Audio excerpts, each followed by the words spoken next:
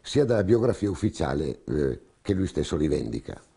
Il giovane Emmanuel Macron, all'età di 15 anni, ha subito un gravissimo abuso sessuale perpetrato dal suo insegnante Brigitte.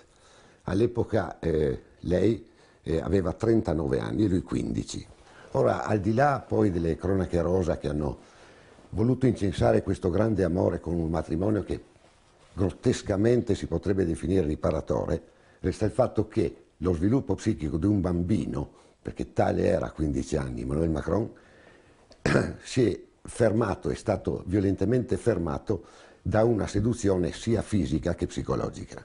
In un ambiente proletario, quello stesso ambiente che Macron, sia dal punto di vista verbale che non verbale, non tollera, non sopporta, lo disprezza, le cose sarebbero andate diversamente. Il giovane Macron sarebbe finito ai servizi sociali, sostenuto dagli psicologi, e Brigitte sarebbe finita in carcere. Questa è la realtà del fatto. Siamo di fronte, ci siamo trovati di fronte e si sono trovati di fronte a un problema di tipo pedofilico.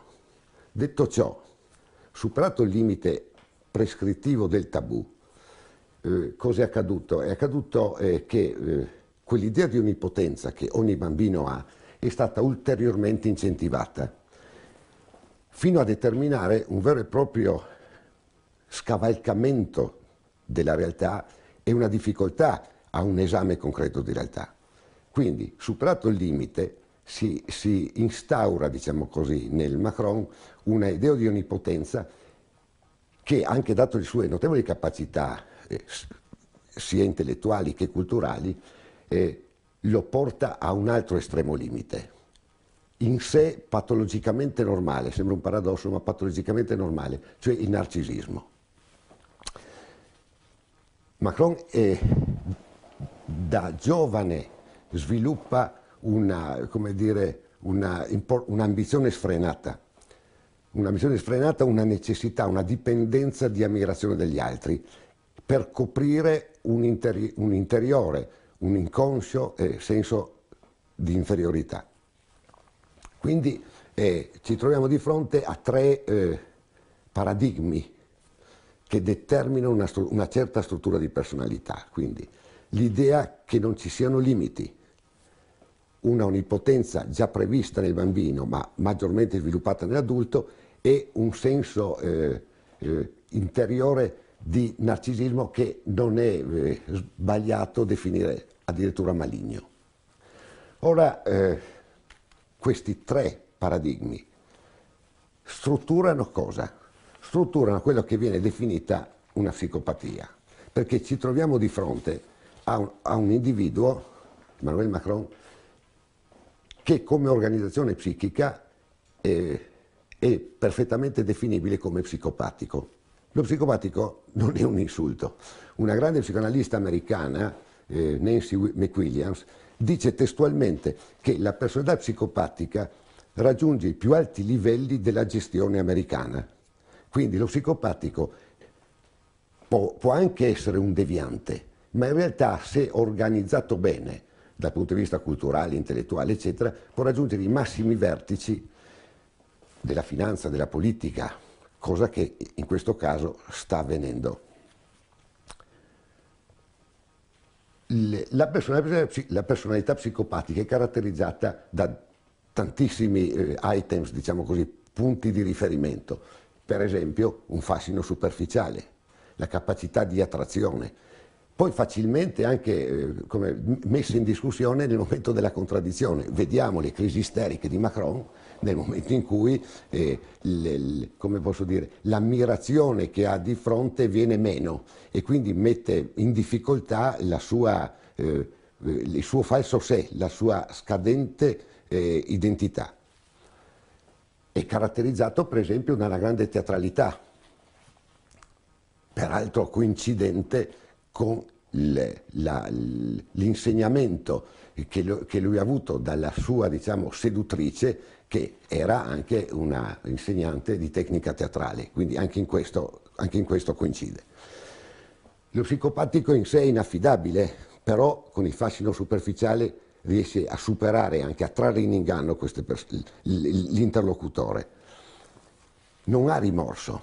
Quando Macron parla di sdentati per definire i poveri, quando Macron insulta i minatori dicendo che sono soltanto tabagisti e alcolisti, quando Macron definisce le donne stupide e ignoranti, qua rientriamo nel discorso fatto dal già citato grande psicoanalista francese Jacques Lacan.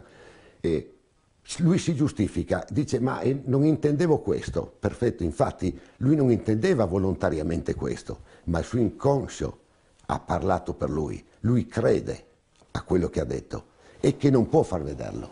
Macron quando ha manifesta questi sensi di disprezzo nei confronti delle persone e questi sensi di disprezzo provengono dal suo inconscio, che poi lui modifica razionalmente, ma senza rimorso, perché non prova colpe.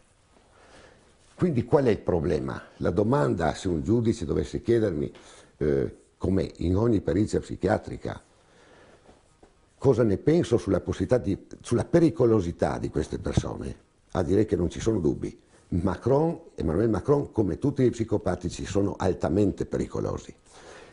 Un intenditore, una persona, un intellettuale che si è occupato anche di questo diciamo così, disturbo ben integrato, e anche considerato notevolmente considerato nella nostra società, ha detto testualmente: i serial killer rovinano le famiglie, mentre gli psicopatici ai vertici dell'economia e della politica rovinano intere società. Perché è pericoloso Macron? Macron è pericoloso perché, come tutti gli psicopatici, ha una grandissima idea di sé. Macron non ama la Francia e non lotta per il popolo francese. Macron ama se stesso enormemente, ama enormemente se stesso e lui combatte per mantenere la sua fragile identità. C'est assez inquiétant en fait, lorsque l'on sait que, justement, ce nouveau président est en fait une victime. Et on sait très bien que les victimes deviennent des bourreaux. C'est pas moi qui le dis. À 15 ans, il dit 16, mais 15 ans, il le dit lui-même. Il a été agressé sexuellement. Il a été violé, je sais pas, quel que soit l'âge. Aujourd'hui, il est devenu président. Si on prend juste le temps de la réflexion, 2 secondes, pourquoi l'ont-ils choisi lui? Certes, la finance, où il va casser le droit du travail, il va faire en sorte que les sociétés privées prennent le dessus sur toute autorité publique. Et ça, je reviendrai dans une autre vidéo. Mais surtout, pourquoi a-t-il été élu? Pensez-vous que si, justement, ce programme passe à l'école, que des adultes commencent à toucher des enfants, pensez-vous sincèrement qu'on pourra dire « Ah, mais ça va le perturber, il va mal le vivre, notre enfant ne va pas correctement grandir, il va être meurtri ». Ce ne sera pas des excuses tout ça. Pourquoi? Parce qu'Emmanuel Macron est devenu président. Malgré ce qu'il a vécu, il est devenu président. C'est votre enfant qui est trop faible. C'est simple.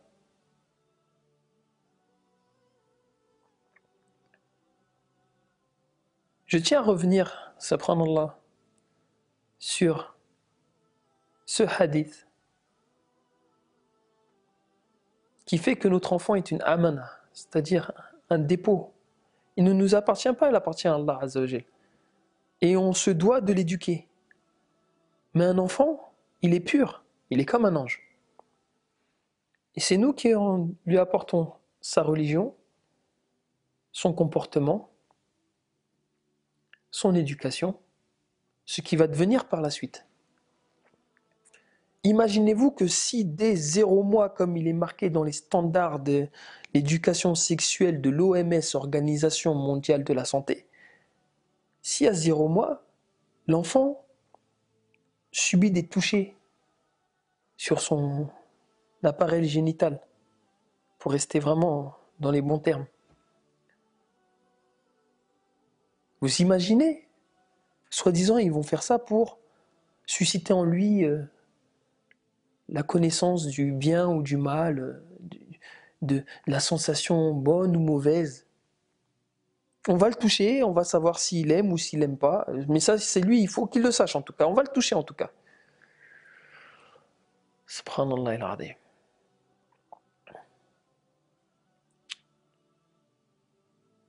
Cette vidéo, je crois que c'est la plus dure que je n'ai jamais faite. Même celle, subhanallah, sur Dajjal n'était pas aussi difficile.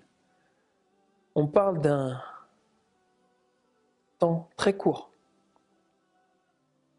Très court. Septembre, octobre, c'est là, c'est demain. Il y a juste les vacances.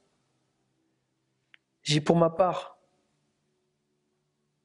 une fille de 9 ans, des nièces de 10, 11, 12 ans. Vous imaginez, subhanallah, ce que le pédopsychiatre vient de dire. Que l'on apprenne ça à ma nièce, ou que l'on apprenne ça à votre nièce, ou à votre enfant.